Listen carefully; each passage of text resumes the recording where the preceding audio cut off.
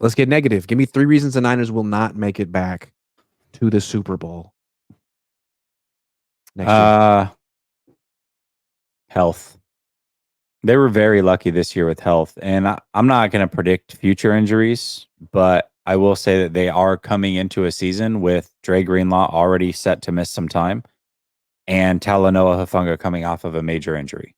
Yep. So already they're not as healthy as what they were most of this last year. And they have a lot of players that are on the other side of 30 that, they're going to miss some games throughout the season. That's just what they do. So I think health is a big part. I think they were very fortunate this year. So that's reason number one they wouldn't.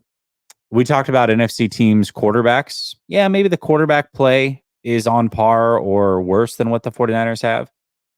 But the 49ers really had their hands full more than they should have against a young Green Bay Packer team and a Detroit Lions team that, quite frankly, I thought was a year away. And Detroit Lions have about $48 million in cap space, and that's if the projected cap is $242.5 million. If it goes up to $250, now they're up in the $56 million range. So they're going to be better, presumably. The Packers are very young. They'll be better, presumably. Your own division is going to be better. You've actually got a competent head coach in Seattle, and you have the Rams with Super Bowl pedigree, and they've got $40 million right now in cap space. And then I would say the last reason would be schedule is going to be tougher, man. They got to play Buffalo next year. They got to play Kansas City. While the other teams in their division aren't playing number one seeds across these other divisions, the 49ers are. And if the 49ers don't get the number one seed, we talked about how important it was this year. I think it's going to be just as, if not more important next year that they get the number one seed. I think that would derail things. So those would be my 3 reasons. Yeah, another one, it seems like maybe Kyle Shanahan, his offense is starting to get figured out a little bit. I mean, wasn't very good against the Packers. It was good in the second half against the Lions, and then it wasn't very good against the Chiefs. It was awful against the Ravens. Seems like the Ravens and the Chiefs both kind of figured out that they could dictate some things to the Niners with their simulated pressures and their different blitzes. A lot of teams were struggling to blitz the Niners offense, but those 2 teams had no problem.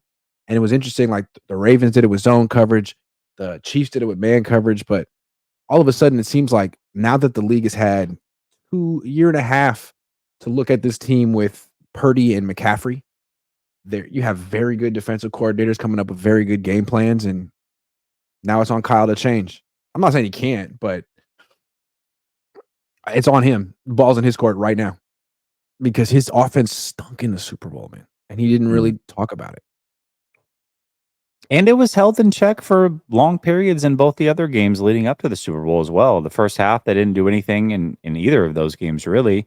Came on when it needed to, which was great to see. But yeah, man, there was too many long stretches where they just couldn't put points up. And for a team that has what a lot of people believe is an elite quarterback with 5 other all-pro caliber players and a genius at head coach, I would expect more.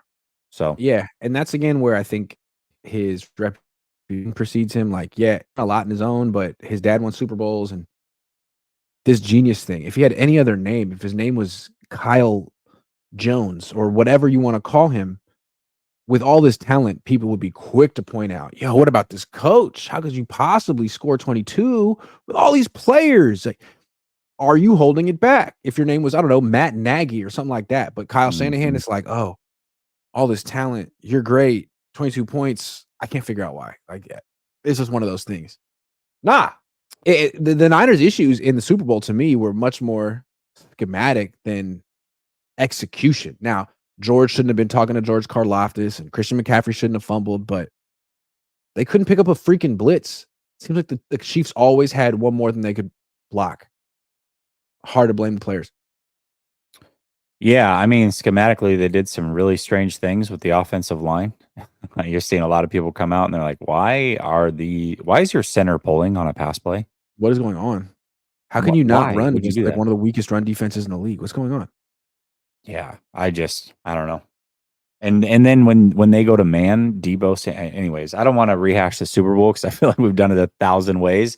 But clearly, yes, he has to get out of his own way. He does, and there's certain things that he needs to improve on, and it's tough because it's crazy. Coach and I, little teaser, Coach and I on Monday, we're gonna do a show and we're gonna talk about Kyle Shanahan from the perspective of the teams that he's left in the past and what some of the things were said about him. And they're not glowing remarks that these other organizations had and these other beat writers had about him. So, and a lot of the things that they're saying are things that we talk about now and have talked about since he's been here as being problems. And it's like, oh, he's young, he'll learn, but he's been that way since the very beginning. So I don't know that he will learn. Learn, grow. I don't know. We'll see. He doesn't seem to do a whole lot of growing, but he has to change something. There has to be a new element that defenses have to account for. Change Mhm. something up. It doesn't seem to be working. You added all this talent to your offense and still came in with 22 points in the Super Bowl. What was that? One more? Two more than last time? Two more. Two more. And that's not And you even had an Brock's fault. overtime. You had an You gotta overtime. look inward. If you have if you add McCaffrey, Ayuk, and Brock to this team and you only get 2 more points plus overtime, like if there wasn't overtime, you would have scored fewer. You gotta look inward, Kyle. What has gotten stale about your system? The whole league's running it. You gotta stay one step ahead. And the next step isn't just going empty backfield all the time, I promise. Well, and you know, I love Joe Staley, but he's not as good as Trent Williams. So they upgraded there as well, the left tackle position. And they still could Yeah. only What was put the up first thing 19 you said why they're regulation. not getting back to the Super Bowl? Because they're getting old? Trent is, in a lot of ways, their Super Bowl window. If he misses half the season, they're in a lot of trouble. Yeah. Oh He yeah. misses a couple games every year, but if it extends to more than that, they're in a lot of trouble. Yeah. I Yeah. agree. I And that's agree. the one reason I would get behind trading Brandon Ayuk. You Mm. had to trade someone. He's got the most trade value, already overinvested at skill position. You trade him for a top 15 pick maybe and get an offensive tackle. It seems like something the Chiefs might do. Like, yeah, Brandon Ayuk's great, but the Chiefs traded Tyreek Hill. Like, it's a wide receiver. Um, I'm just saying, but then they have to get that offensive lineman right. Like if they were able to trade Brandon Ayuk for the equivalent of Tristan Wirfs, I wouldn't be against that. But I don't know Oh, that player's I there. would love that. I Yeah, would love that. But yeah. I'm yeah, I not don't know saying that it's I there haven't either. looked at any of these Yeah. players. I don't know. Combine hasn't even started yet, but that's the only way I think you can justify it. Or that's one way you could justify it. Yeah, if you trade Brandon Ayuk and you draft another receiver, that's the most disappointing thing ever. Don't do that.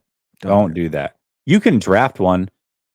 If you were to take an offensive tackle, let's say you got pick 17 and you were to take Mhm. one of the higher end offensive tackles, and Yeah. then with your number 31 overall, then you took a receiver like Troy Franklin or something like that. Okay, I can get behind that.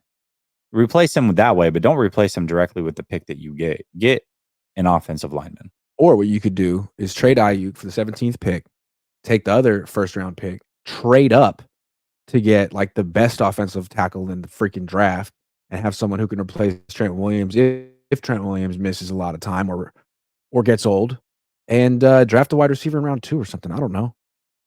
Just these are thoughts that go through my head. I'm not saying Yeah, trade Brandon Ayuk because I'm not sure. I don't know what pick you'd really get, but you got to improve the offensive line somehow. It's much more important than wide receiver. it is.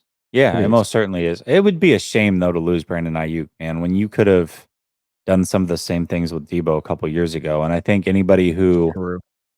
we had these conversations then and people really didn't want to hear it. It's interesting. I feel like people are oddly more receptive to moving on from Brandon Ayuk than they were Debo. And maybe that's because you've watched Debo for a couple years and you're like, well, that didn't really pan out. Don't want that to happen again. But I think we should have been more receptive to moving Debo than Brandon Ayuk, personally. That was such an obvious bad call in retrospect. Hold on, you're telling me that he's not a wide receiver, he's a wide back, and you're gonna pay him like a wide receiver? I don't think that's a good idea.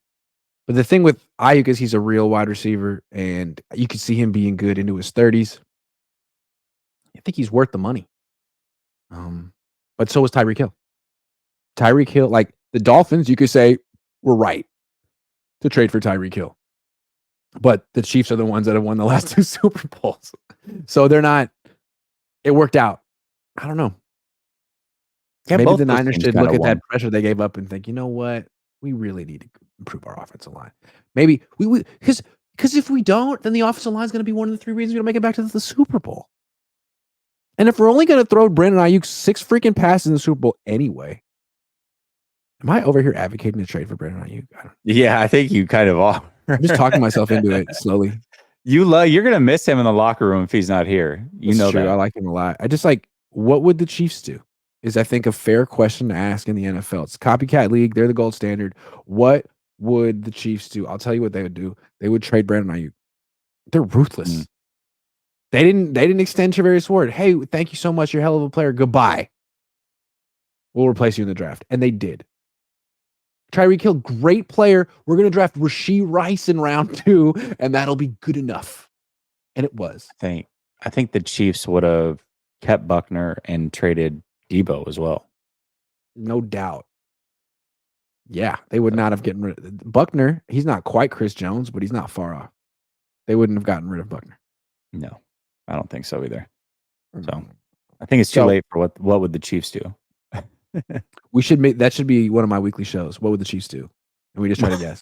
It's just all the things that we think the Chiefs would do.